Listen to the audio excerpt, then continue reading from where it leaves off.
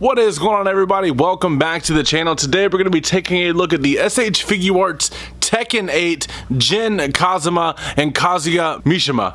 So let's go ahead and get right on into it. Alright, so I've been a fan of Tekken ever since Tekken 4 was released. I remember playing it every single day when I got home from school on the PlayStation 2. I've had a real soft spot for the line in my heart ever since then.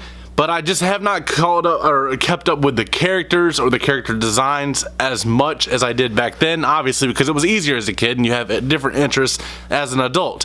But when I went to MegaCon Orlando a few weeks ago, I saw these and I knew that I just had to have them. I don't know why, but these guys have always been like very cool to me. My dad would always play as Kazuya over here on the right, and I would always play as King, which you guys will see King when we get into the size comparisons. But let's go ahead and get into Jin and Kazuya here. First off, Jin has 3 interchangeable heads.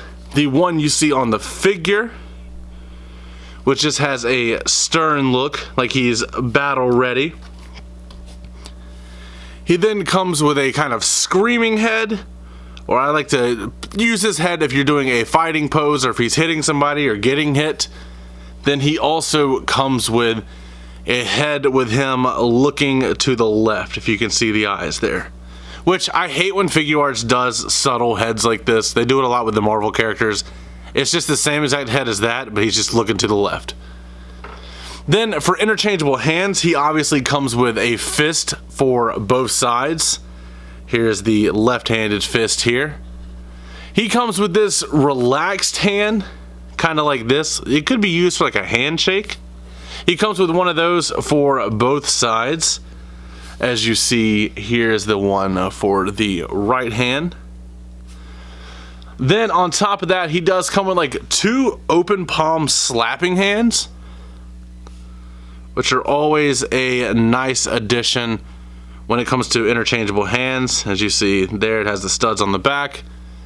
And he comes with 2 relaxed hands. Not really grabbing anything, just kind of, these just, you know, hang down by your side. As far as Kazuya over here on the right, he comes with this stern looking head that you see here. I never realized how much more tan Kazuya was than Jin. I didn't realize that until right now. He comes with this stern looking head here. He of course is going to come with the SH Figuarts head of him looking off to the left for whatever reason. If you have both guys looking left, yeah, I guess that would make sense now that I think about it. And then he has one here. This one has like a little bit of cell shading, it looks like, to make it look like the video game. And it's kind of like that powered up or hitting face or getting hit face. Does look good, but the dude has an insane hairstyle. I mean, props to him. I don't know what kind of conditioner the man uses, I'll be honest. He comes with 2 fisted hands that you see here on the figure. He comes with one grabbing hand, kinda. It's like a relaxed grab, kind of a loose grab. He doesn't come with anything that he can actually grab, so I don't know what that's for. He comes with like 2 splayed out hands, like he's throwing something. If you're a Marvel fan, I would liken this to like Gambit throwing a card. Or like a Spider-Man wall crawling hand. He comes with 2 of these, and there looks like there could be reuse between the hands based off the sculpt, but they both come with different hands. There is no reuse because you can actually see that it's a different pattern on both hands. Like this one is like a upside down triangle, and this one is like an upside down triangle on top of a rectangle. It's, yeah, there's not any reuse in the hands, which is very weird because it's so close. And then you have like 2 kind of grabbing hands once again. I don't know, it comes to the left and right. I don't know, like I said, his hand options are definitely strange, so that's why I kept the fist on him. But he has a real nice final boss looking feel to him. So let's go ahead and get into the figures themselves. We'll start off with Jin here. As far as the range of motion, he gets all the way around, but you do want to be careful because it is a Figuarts figure. As far as articulation like that, his arm can go, double jointed arm, gets up to about right there. The sculpt gets in the way a little bit. That's to be expected. Butterfly joints, he can Stick his arms back, well, about T-pose. As far as reaching forward, that is hindered by the jacket. Let's see if Jin can throw some kicks here. This is where I'm really going to be concerned. And he can throw a kick, but this belt here is in the way on the sculpt. It's a really bulky figure, honestly, for a fighting game. It has a real Mirror's Edge feel to it. I don't know how I feel about the overall design. The articulation is fine. It's not up to Figuarts quality because of the sculpt. Like getting back, ooh, that was a little pop there. That had me worried. He can kick his foot back about that far. I mean, well, there goes the knee plate. So maybe you probably shouldn't kick the knee back that far. I gotta see if I can try and fix that now. Alright, so that wasn't too hard to fix, but I definitely will not be doing that once again. And with it breaking that easily, I might not even keep these in my collection. He does have this strap on his leg, which does like peg into this little hole right here on this buckle. And it kind of pops out easily, but it's not too bad. Yeah, that really bummed me out about that. We'll go ahead and put Jin back there. Hopefully we don't have the same issue with Kazuya, but with this massive overcoat, of course, your articulation is just not going to be that good. He can reach about that far in front of him. As far as back, the butterfly joint does move a little better here, as you see, with the sculpt. He cannot go like all the way around unless you're really like being careful with it. As far as double jointed arms, he can actually do pretty great. I'm not gonna lie, that's actually really good. He can do that with both sides. That's pretty impressive movement compared to the Jin. I like that one. Kicking out, he can kick out pretty far. Ooh, I didn't even notice this. He has toe joints. Jin has toe joints as well. Just once I popped that knee off, kind of didn't want to mess with that one anymore. As far as doing the splits, Kazuya can kind of hit the splits, but once again that coat is getting in the way. Let's see if he can, it has a little bit of ab crunch.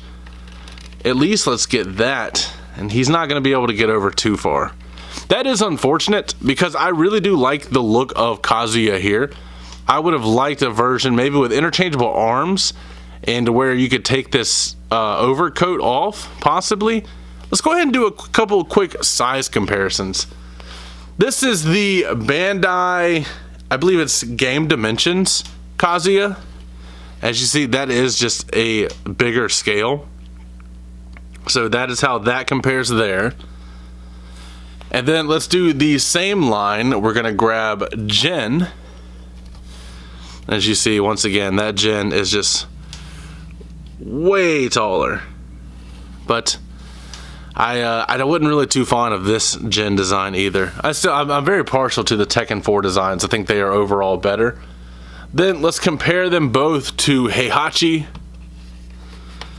the big bad from the games.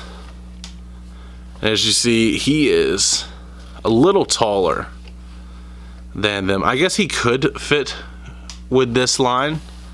That's how he's up against Jin.